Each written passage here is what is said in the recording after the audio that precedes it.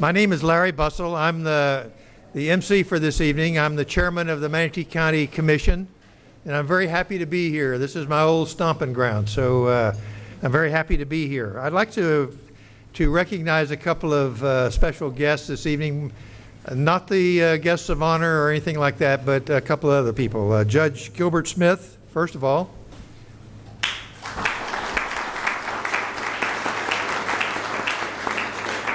And also Manatee County Sheriff Brad Stubbe and his wife Debbie.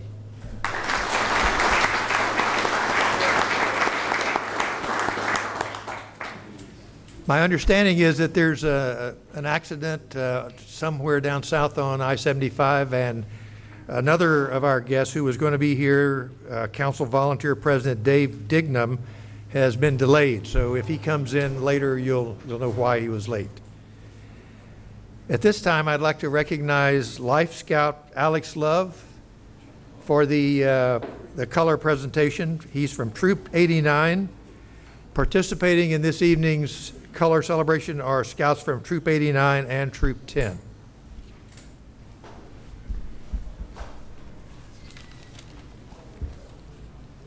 Will the audience please rise for the presentation of the colors? Color Guard, advance.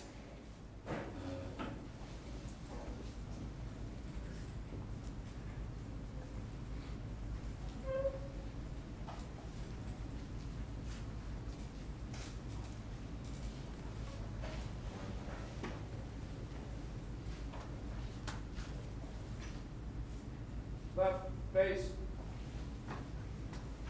Color Guard, present the colors. Please join me in the pledge to the flag of the United States of America.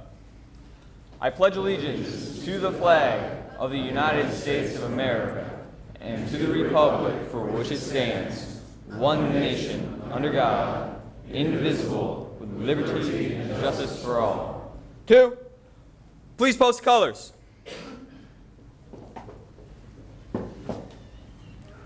Will all Scouts and Scouters in the audience please join me in the Scout Oath? On my honor, I will do my best to do my duty to God and my country and to obey the Scout law, to help other people at all times, to keep myself physically strong, mentally awake, and morally straight. 2, you may be seated. Color Guard dismissed.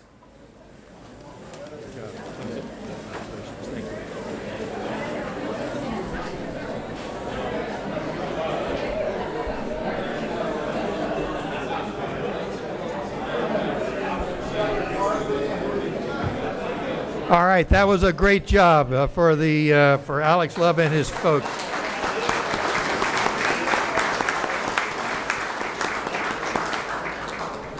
At this time, I'd like to call on Reverend Paul Eckrell, interim pastor of Palmasola Presbyterian Church, for this evening's invocation. Thank you. Let's share together in a moment of prayer. Heavenly Father, this is a good time to be together in this lovely place that's filled with so many memories for so many people and so many young people being affected by everything that happens here. We're grateful for Scouting because it has touched the lives of young men down through the generations, and they've grown into citizens and persons of worth and character within our communities. So we thank you for drawing us together here together. And we ask, Lord, that as we share the time together, we may gain new inspiration and insight into all that is going on and can continue to go on in the Scouting arena. We thank you for that person whom we're here to honor, and we pray that you'll bless him and his family. Be with us as we anticipate the delicious meal, nourish our bodies, be with us by your presence, and keep us worthy of our own calling as American citizens. Through Jesus' name we pray. Amen.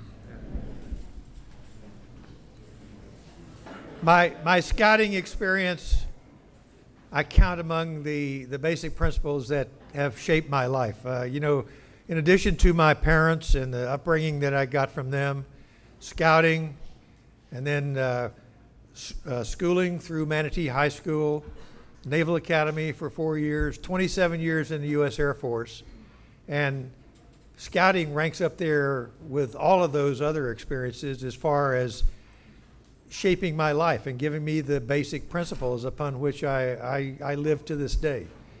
So my word to any young folks here who are within hearing, if you're a Life Scout and you're thinking about, relaxing and not going for Eagle, don't do it. Go for it, because it will be with you for the rest of your lives. It's a worthy objective, and you should really continue to go for it. Now, let's talk about the state of scouting. David Dignam is our volunteer Southwest Florida Council president, and he has an awesome region. It goes all the way from Everglades City through 7 counties all the way up here to Parrish. He's got over 26,000 youth and 3,100 volunteers in scouting programs in that region. So, David, would you please come talk to us about it?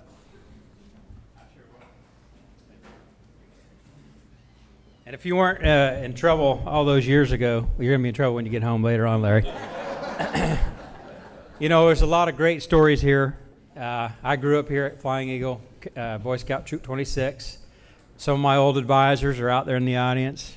Not that I'm going to point them out because we're all getting up there in age, but, a lot of our memories that were instilled upon us were right here on these hallowed grounds at Camp Flying Eagle. And I'm proud to say that it's still here and it's going to be here. And with supporters like y'all out in the audience tonight, it will be here for future generations to enjoy the great grandeur and beauty of the Manatee River that we have here and all these hallowed oaks right here. And we hope we can preserve it forever. But we do have a large council.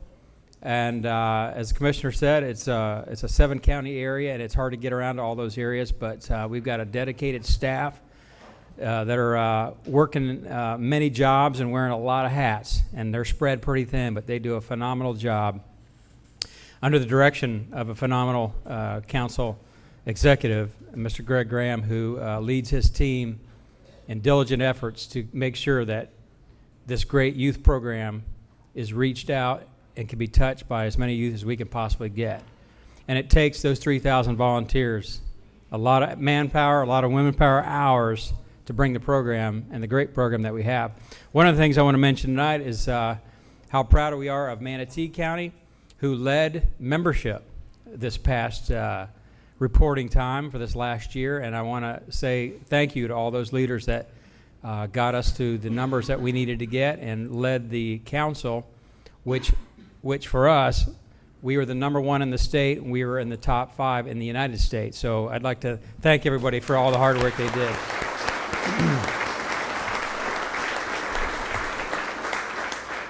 Scouting is going through a lot of challenges right now, and now more than ever, scouting is needed by our leaders and our youth in our country.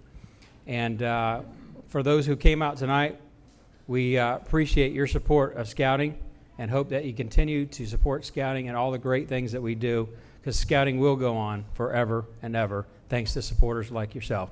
Thank you all. Turn it back over to Larry. Thanks, Larry.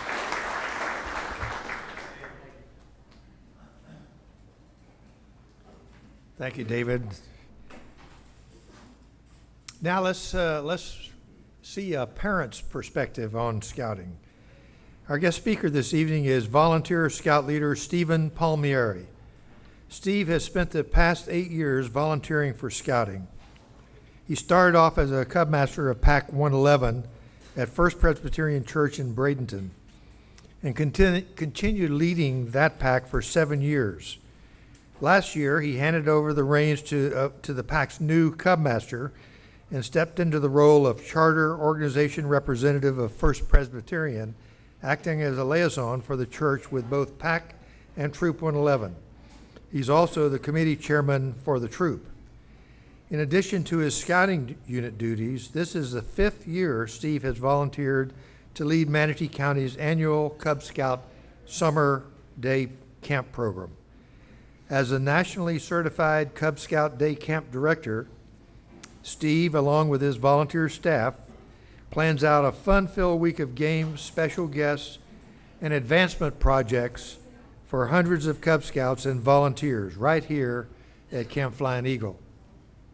This year, in recognition of his years of dedicated service to the Scouts and to his community, the Southwest Florida Council recognized Steve with the highest award a Scouting Council can give a volunteer, the Silver Beaver.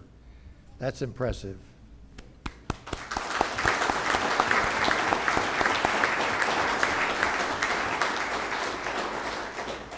Steve's wife, Barbara, is also a volunteer leader. They have 2 sons, Thomas and Nicholas. Both sons have risen through the ranks of PAC and Troop 111, and Thomas recently earned his Eagle Badge. Please welcome Steve Palmieri.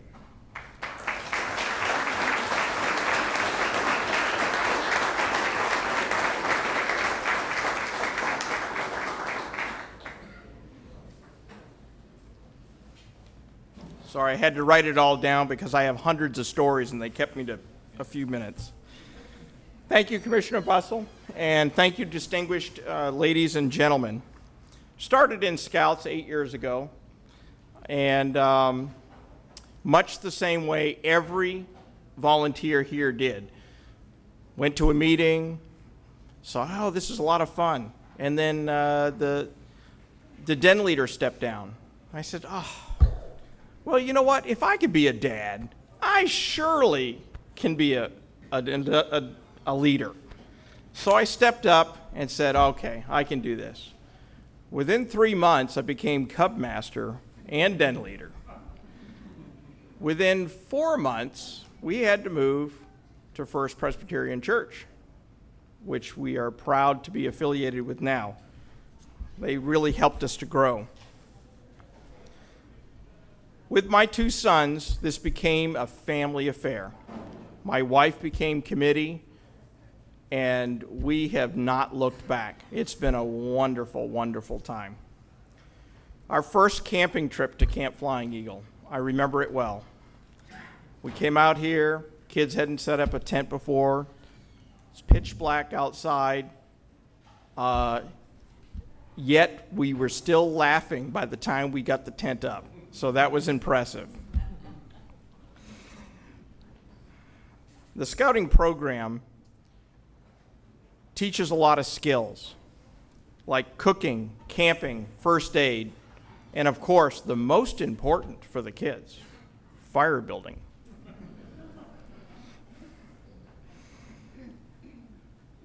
But the most important impact of scouting in the scouting program was the scouting program, for the children. They learn so much and get so much out of this. I think my own 2 sons' journey expresses it pretty well. I can remember when he was 13 years old and I was sending him to 100 years of scouting to the Jamboree. First time he's ever gone any place by himself, but I trusted that the program had taught him self-reliance. He made it back. Then we sent him to youth leadership trainings. It was on youth leadership training staff. He's done a lot of that stuff.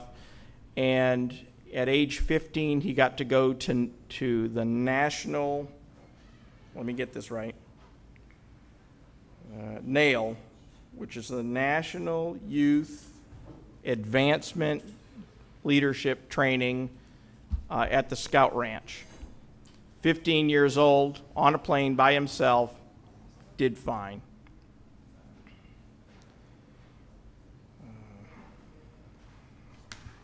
Sorry.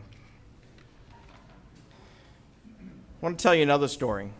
About 5 or 6 years ago, we did a recruitment at a school and always collect a lot of young boys, and we're going to make a difference in them.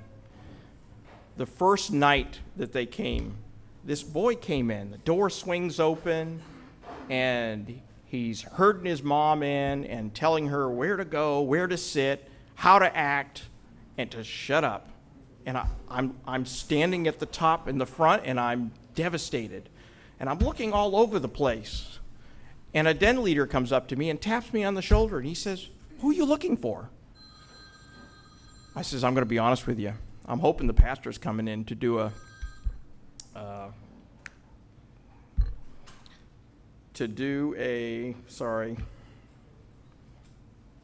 exorcism." Yeah. So it would have been a lot funnier if I'd remembered that. And of course he laughed a little bit.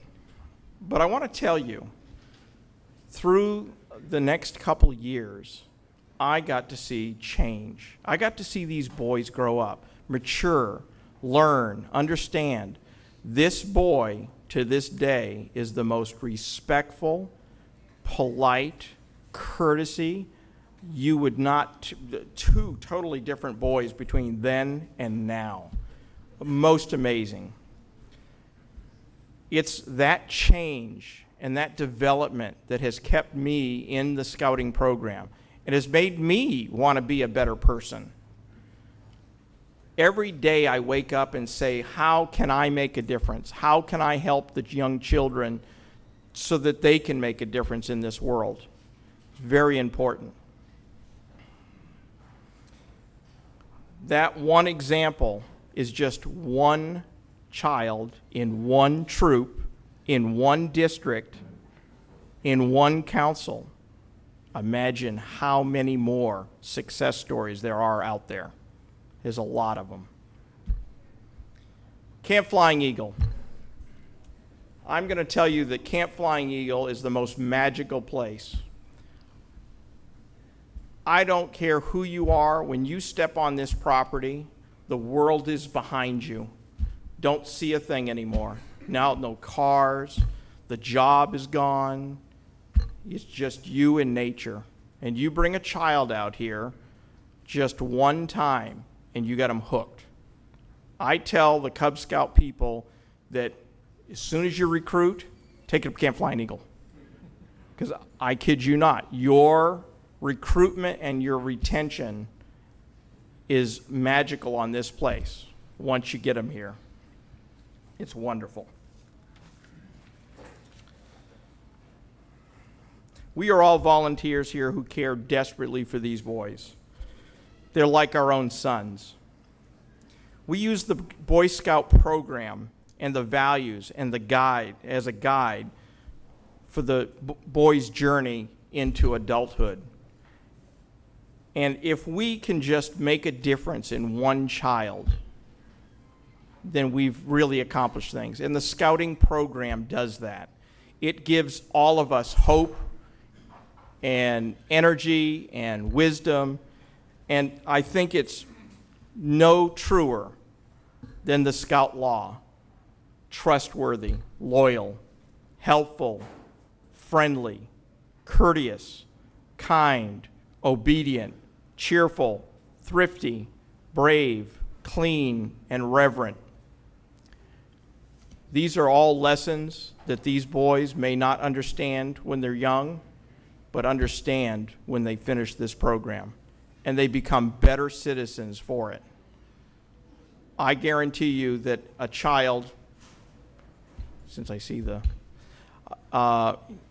has accomplished this program is less likely to do drugs, is less likely to make bad decisions out there. I want to thank you all.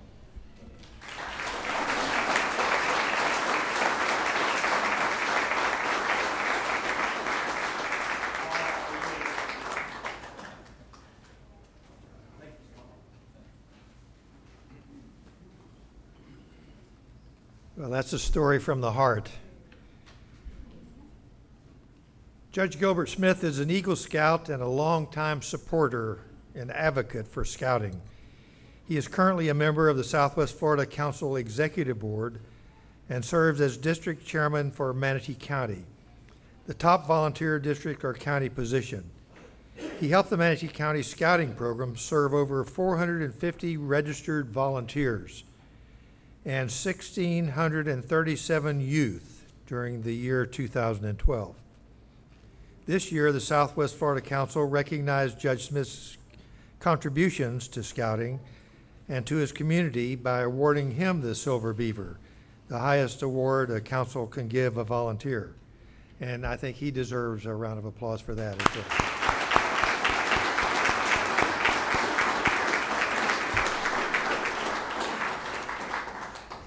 Dr. Tom Springer, Brigadier General, U.S. Army National Guard, retired. He served patients in Bradenton as an orthopedist for 37 years.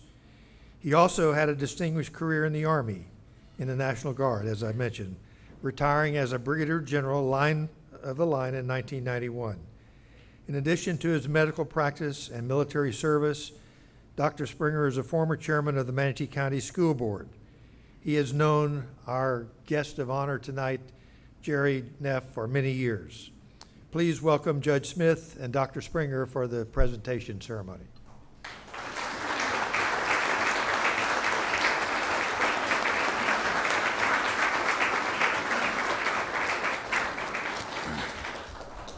Well, welcome everybody. It's great to see all of you. As I look out at the crowd, there's so many of you I know so well, and it's great to see so many people that are here to support our honoree, but also to support scouting. The Southwest Florida Boy Scouts of America is proud to honor Jerry Neff with the Southwest Florida Council Manatee County Distinguished Citizen Good Scout Award. Jerry, for over many years, has distinguished himself in the community by demonstrating unselfish service to others while exemplifying through his actions those important values held in such high regard by scouting. I have asked Dr. Springer to be here with me so that he could introduce Jerry Neff to you. Many of you are here because you know Jerry Neff. Dr. Springer, who also holds the rank of Brigadier General, has words that he can share with us about General Neff. Now, I have known Dr. Springer since I was 11 years old.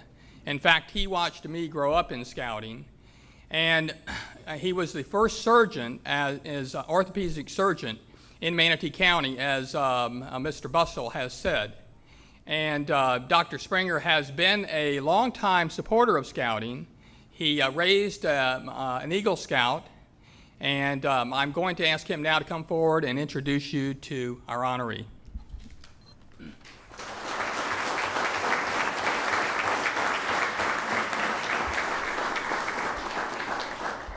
Well, thank you very much. It's a pleasure to be here to talk about Jerry Neff. I've known Jerry for over 40 years. First knew him well in banking when he was at Intercity Bank, and then he moved on to the Barnett Bank, and then the Gold Bank, and then he ended up his career at M&I Bank, where he retired after some 49 years in banking, and he was the West Coast Region Chairman for M&I Bank. Quite an accomplishment. And he was a Banker of the Year by the Florida Banking Association in 2004. He's a citizen soldier. I know him well at that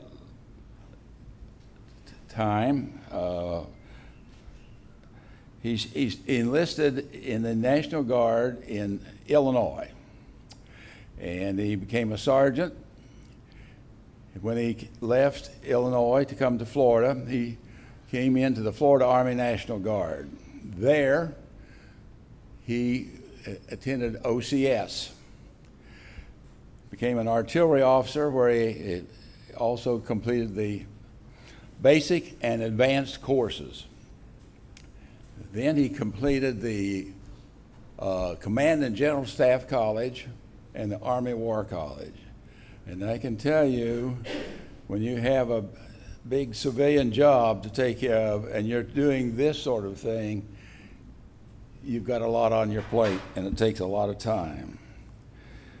He served a couple of times, at least on active duty. I know in 1962 during the Cuban Missile Crisis, and then again in 2004 in Kuwait. He received on the federal side the Legion of Merit, and the highest award that the Florida Army National Guard, the Florida Cross, he has received twice. He's also a member of the Hall of Fame of the Florida OCS program. He's done many things civically and been involved in many of the military organizations here, and I guess I know him best of what he's did with the employer support program for the for the National Guard and the Reserve. He served at United Way of Florida. He's been very active in the Kiwanis Club and done those things. In scouting, as I said, he was an Eagle Scout, and since he's been here, he's been very active in the Sunnyland Council. He's been a longtime member of the First Presbyterian Church in Bradenton and has served as an elder and as a trustee there.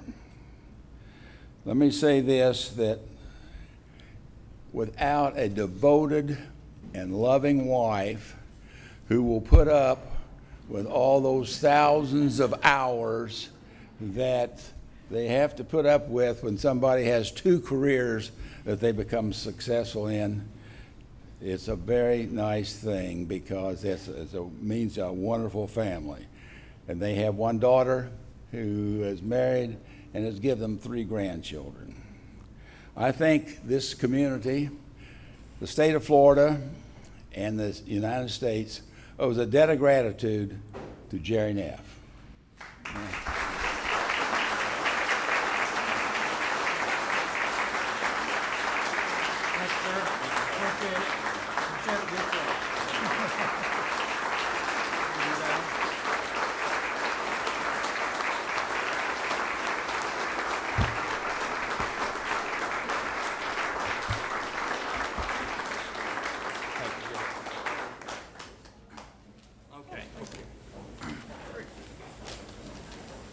Now, there's a statuette that Jerry Neff is receiving, and let me tell you a little bit about this. This statuette is a small replica of the famous original called the Ideal Boy Scout, sculptured by Dr. R. Tate McKenzie. Dr. McKenzie was a surgeon, physical educator, artist, and sculptor. He was a personal friend of Sir Lord Baden-Powell, the founder of Scouting. When asked in 1914 to create something tangible that would stand as a symbol of what Scouting stood for, Dr. McKenzie created his beloved statue portraying the ideal Boy Scout. The sculpture, a longtime Scouter, portrayed in this statue the grand traits of the character he knew the movement to instill in a boy. To Dr. McKenzie, the uncovered head represented reverence and obedience. The axe on which the hand rests was a symbol of George Washington's truthfulness. Later, this statue was redone life-size, a copy of which now stands in the front of the National Boy Scouts of America office in Irving, Texas. Jerry, congratulations. Thank you, sir. Appreciate it. Okay. Turn it over to you.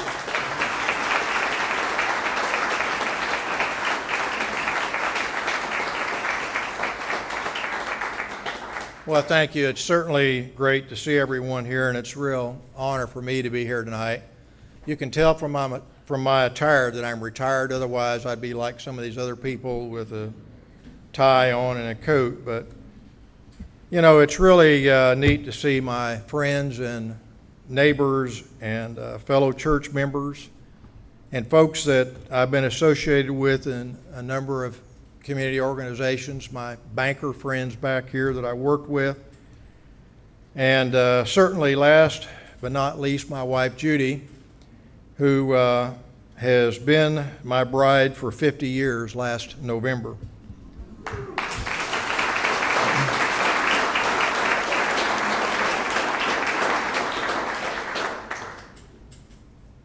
she takes credit for me being in Florida because she moved away from me and I followed her to Florida.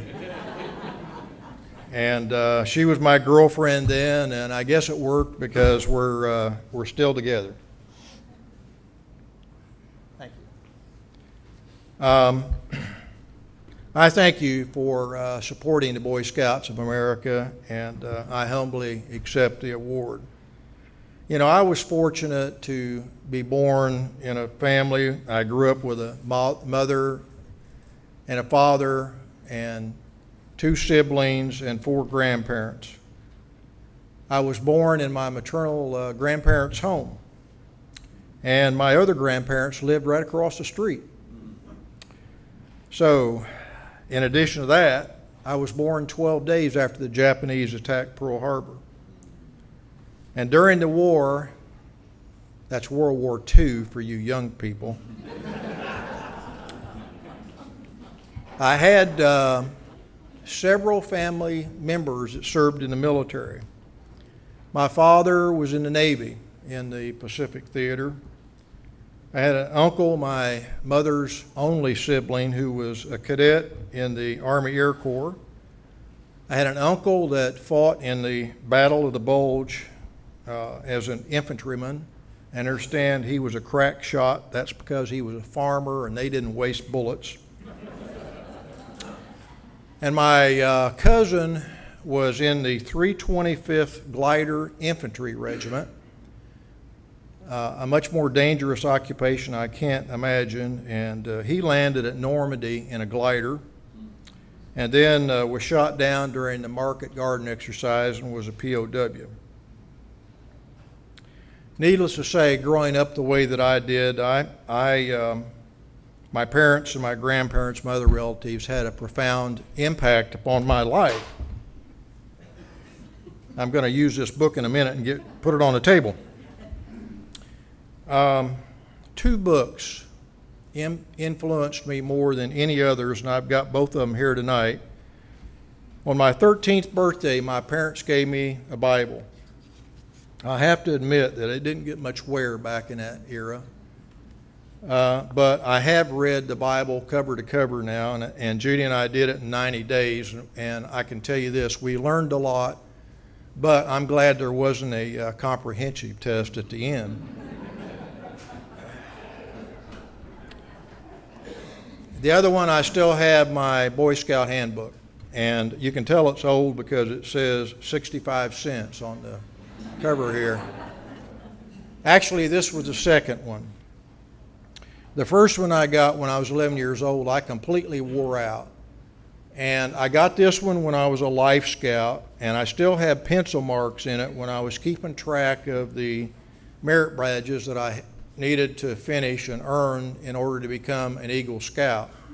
And as Commissioner Colonel Larry Bussell said a moment ago, you reach a dangerous point as a Life Scout because girls and cars, he said something different than that, but girls and cars kind of get in the way. But I thought it was interesting. I hadn't looked at this book in a long time until I was preparing for this evening. And back when this was printed, this is a 1948 edition, but it's 1957 printing. Again, I want to make sure you understand the era here. There was 15 different merit badge groups out of all the different merit badges. And I didn't realize this till I was looking at it, but number 14 is public service, and I earned all of the merit badges in the public service category. I think maybe that kind of set my future, but I got a lot of help along the way from scoutmasters and assistant scoutmasters, names like you've never heard, but I want to mention them in their honor because they're all gone. John Nicewander, Howard Davis, Jack Dobson, Les Flora, and my father, Charles Neff. As a Cub Scout, my den mothers were Mrs. Wallace and Mrs. Moore. I remember well the Cub Scout experiences and achieving Webelow, which was the highest rank, and then Tenderfoot in the Boy Scouts. So from age 8 to age 17, I was extremely privileged to be in scouting. The Scout Oath starts by saying, "On my honor, I will do my best to do my duty to God and to my country." Now, I got to tell you, I'm afraid that I haven't always lived up to the lessons that I learned in church and in Sunday school. And I confess to all of you, and including to you, Pastor Dr. Paul, who's a very great man, that I confess that I disappointed Jesus many times, but he never disappointed me. I confess also that I haven't always lived up to the Scout Law and the Scout Oath, but I've tried. And I know that the promises made by me and other former Scouters have led us to be better citizens in our community, in our state, and in our nation. I also think that more than any time in my life, we need to resist the war that is being waged on God. Now, I was in a camping and a hiking troop. In the wintertime, we'd go to a Boy Scout cabin on a lake. This was in Illinois. I remember planning for the first trip, and one of the older boys said to the scoutmaster when asked, "Boys, what do you want to have for supper on Friday night?" And one of the older boys said, "Catfish and root beer." Now, fortunately, we didn't have that. But I haven't figured out to this very moment what the heck that was all about. It must have been an inside joke or something. The first camporee that I went on in 1953, we were sort of semi-told that, hey, it's going to rain tonight. It might be a good idea for you to put a trench around your tent to stay dry. So the guy that I was with and my tent mate, we did that. And there was a toad strangler that night. And some of the boys that didn't do that, guess what? They got wet. Well, that experience carried over to about 7 years later when I found myself in basic training when I was 18 years old at Fort Leonard Wood, Missouri. I helped my tent mate. We were in a pup tent on our first bivouac. Understand that we needed to use that E-tool, that's the entrenching tool, to dig a trench around our tent so that we wouldn't get wet. And I got to tell you that the city slickers from Chicago made fun of us. They thought that was silly, and they thought it was too much work. Well, guess what? It rained that night. Cats and dogs, or a toad strangler as we call it down here. And they got wet, and their equipment got wet. And we were in the field the whole week, and guess what? They had wet clothes and equipment the whole week. So I'd learned a valuable lesson in the Boy Scouts that carried right over into the Army. I was fortunate to get to attend the National Jamboree at Valley Forge in 1957. This was a 3-week trip to big cities with 10 days camping at Valley Forge with 50,000 other Boy Scouts. We traveled by train every place we went, from central eastern Illinois. We went to Washington, D.C. and Philadelphia, then to Valley Forge, then to New York City, then to Niagara Falls, then to Detroit, and back down to central Illinois. I think we had 4 or 5 adult leaders with us for 150 boys from my council. Needless to say, we gave them a pretty good workout. The famous scene, I've got some of my Boy Scout memorabilia with me here tonight. The famous scene of George Washington was the center of our National Jamboree patch. It shows him kneeling in the snow praying at Valley Forge. He undoubtedly was seeking help from God for the awful circumstances that he and his ragtag soldiers were experiencing during the horrible winter of 1777, 1778. You know, it took a long time for his prayers to be answered, but they were answered. And our nation survived as a result, our new nation. So patience is a virtue that's rare even until today. About 30 years ago here in Bradenton, I was a member of the church choir at First Presbyterian. And the retiree that was sitting next to me, we had sort of gotten to know each other a little bit. He asked me one night, he said, where are you from? And I said, Illinois. He said, whereabouts? And I told him. He said, were you ever a Boy Scout? I said, yes, I was. He said, were you an Eagle Scout? And I said, yes, I was. What council? I said, Lincoln Trails Council. When? I said, in the 1950s. Well, the guy sitting next to me, his name was Clyde Clark, and he happened to be the Chief Scout Executive of the Lincoln Trails Council when I was in Boy Scouts. And sure enough, I went back home and I went through my stuff and found his name on a lot of things that I had, including one I've got here tonight. He was a great guy. So it truly is a small world. My brother Tim, who is 7 years younger than I, was one of those guys that ended up as a Life Scout. One merit badge short of Eagle. And he has regretted it to this very day. But to give him credit, he did achieve an award that I did not get, and that was the God and Country Award, and I am very proud of him for that. One of the things that I learned in scouting was land navigation, that is, how to read a map, how to use a compass, and it came in very handy while attending officer candidate school. Many of the candidates had a very difficult time with land navigation, but it seemed pretty routine to me due to my scouting experience, so I never had any problem with that at all. Learning about leadership, as Commissioner Bussell mentioned a moment ago, the lessons that he learned. I also learned lots of invaluable lessons that helped me later on in life. From the time I became a Boy Scout at age 11, when they made me the scribe, I didn't even know what that was, to assistant patrol leader, to senior patrol leader, to junior assistant scoutmaster. What a great learning experience it was for me, and it certainly helped me later on. I remember when I went before the Eagle Review Board in 1958, I was asked what I was going to do to pay back all the people that helped me along the way, my journey to become an Eagle Scout. And I got to tell you, I was pretty surprised by that question. I wasn't expecting them to ask me anything like that at all, and I don't really remember what answer I gave, but it probably was not a very good answer.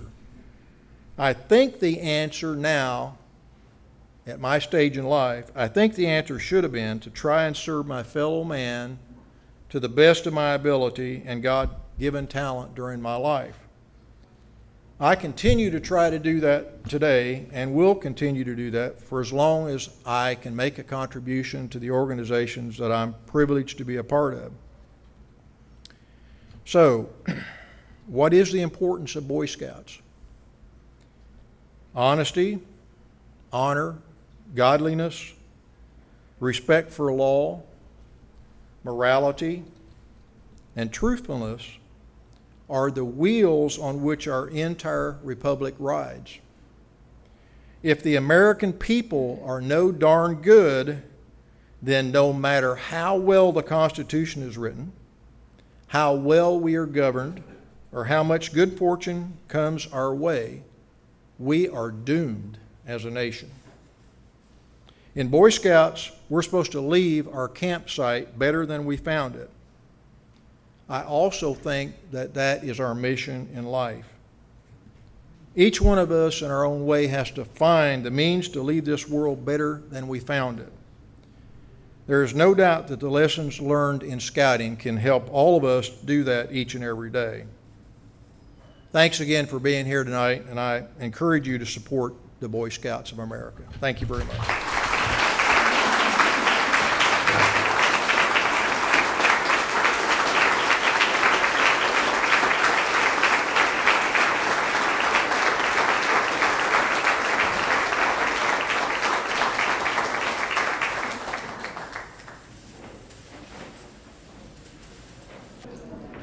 On my behalf, what an honor it's been, and I'm thankful that my wife Edie came with me this evening. We have you beat just a little bit, 55 years, 56 in November.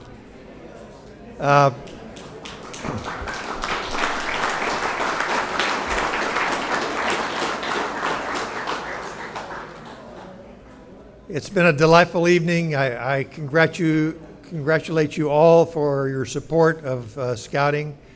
It's an honorable profession to be a scout. It's an honorable profession to support scouting. So thank you, and God bless, and have a pleasant evening.